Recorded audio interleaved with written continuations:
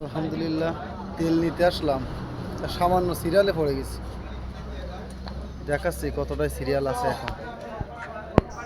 রাত ৩টা থেকে বাড়ি থেকে রওনা দিয়েছি ৩টার সময়। আর এখানে আইসি ৩:৩০টার পরে। তাই দেখেন আমার গাড়ি কোন জায়গায় আমি দেখাচ্ছি।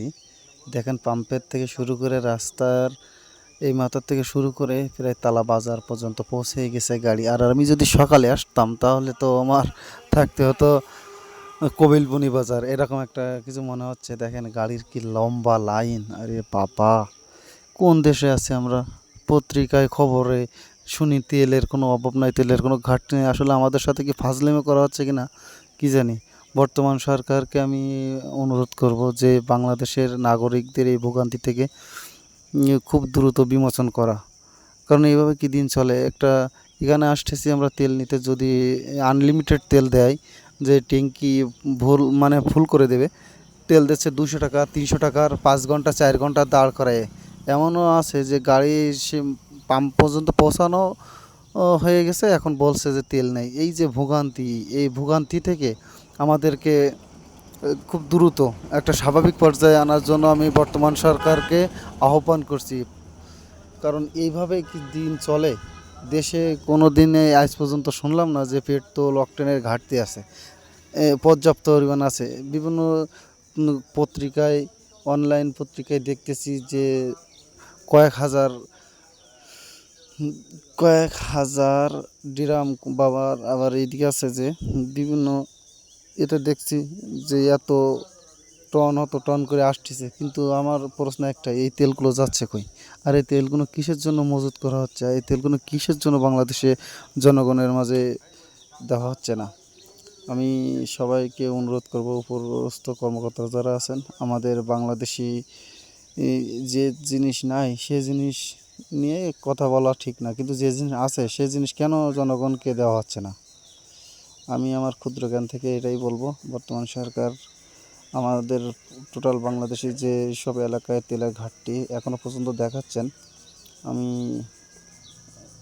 আপনাদের কাছে বিনীত আবেদন করছি, খুব দ্রুত বাংলাদেশের তেলটা স্বাভাবিক করে দেন। কারণ এতে কত মানুষ যে কতভাবে ভুগতেছে, যারা ডিউটিরত অবস্থায় আছে তারা বিভিন্নভাবে, কোম্পানির চাকরি যারা করে তাদেরও খুব করুণ একটা অবস্থা। দেখেন এই যে গাড়ি, আমি আইছি রাত 3টার পরে, তাই এত গাড়ির পরে আমার গাড়ি এখনও দেখা যাচ্ছে না। এখনও আমার গাড়ি পর্যন্ত আমি যেয়ে পারিনি। তাহলে যদি আমি সকালবেলায় আসতাম তাহলে আমার উপায়টা কী ছিল? আমি কি তেল পাতাম? আর আমার কাজকর্ম তো সব কোনো গাড়ি দিয়ে, আমি গাড়ি ছাড়া কী করে আমি চলবো? এইভাবে কি চলে?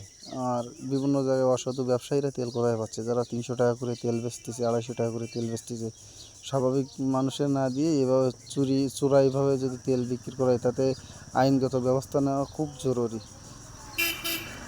তবে আমি চাই প্রশাসনিকের কাছে যে সুষ্ঠুভাবে সবাইকে তেল দিন, আর দ্রুত তেলটা স্বাভাবিক পর্যায়ে আসলে আলহামদুলিল্লাহ। আমি সরকারের প্রতি বারবারই আহ্বান জানাচ্ছি। কারণ এই রাত্রে এই যে আমার গাড়ি এই পর্যন্ত আসলাম, দেখেন কি অবস্থা।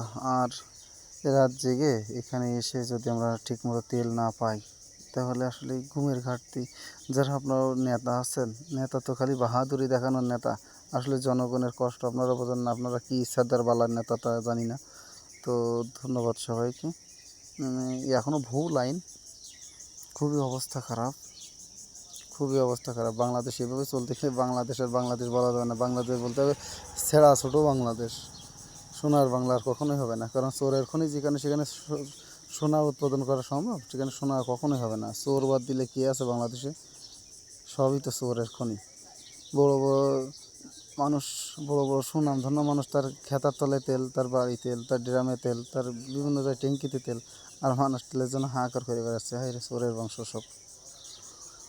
তো বন্ধুরা দেখেন এখনও গাড়ি আসতেছে, প্রায় শেষ পর্যায়ে চলে আসছি। আর গাড়ি ঝাঁকে ঝাঁকে গাড়ি আসতেছে এখনও, কিন্তু আমি এগিয়ে আছি। আমি এখনও প্রায় 200 গাড়ির সামনে আছি। এই যে দেখেন এখানে আপাতত শেষ।